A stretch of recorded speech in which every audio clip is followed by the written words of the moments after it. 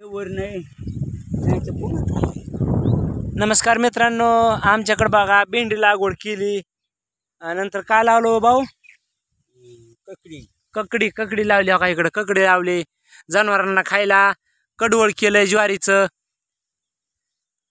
आणि वातावरण बघा कसं आहे, नुसतं आवाळ येत आहे, बरंग बरंग बरंग बरंग वार का नाही हो भाऊ? हा. आता तुमची काय अपेक्षा, आता पावसाकडून काय अपेक्षा वाटते तुम्हाला? यावं असं वाटतंय, मग आता त्याच्या मनावर आहे. आता काय बरं, डक साहेब तर सांगतात 2-3 दिवसात येईल. तुम्हाला डक साहेबाचा हवामान अंदाज खरा वाटतो का? काय आता निसर्ग आहे. हा पडलं तर पडल. बघा भाऊचं म्हणणं आहे बघा, निसर्गाचं काय कुणालाच कळलेलं नाही. कारण निसर्गाचा अंत कधीच कोणी घेऊ शकत नाही. का नाही नमत आहे हे? तिला भाषेचं कळत नाही. आहे कशी आली तुमची ककडी भेंडी? अशी पानं कस काय वाकडी झाल्यात गड्या? जास्त फवारल्यामुळे झाल्यात का? नाही हसायचं ते बी.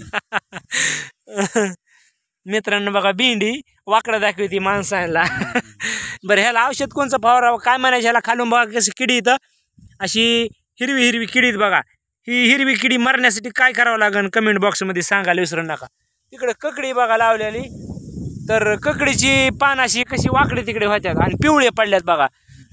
काय फवारल्यावर आमची ककडी सुधरण कमेंटमध्ये सांगायला विसरू नका बघा.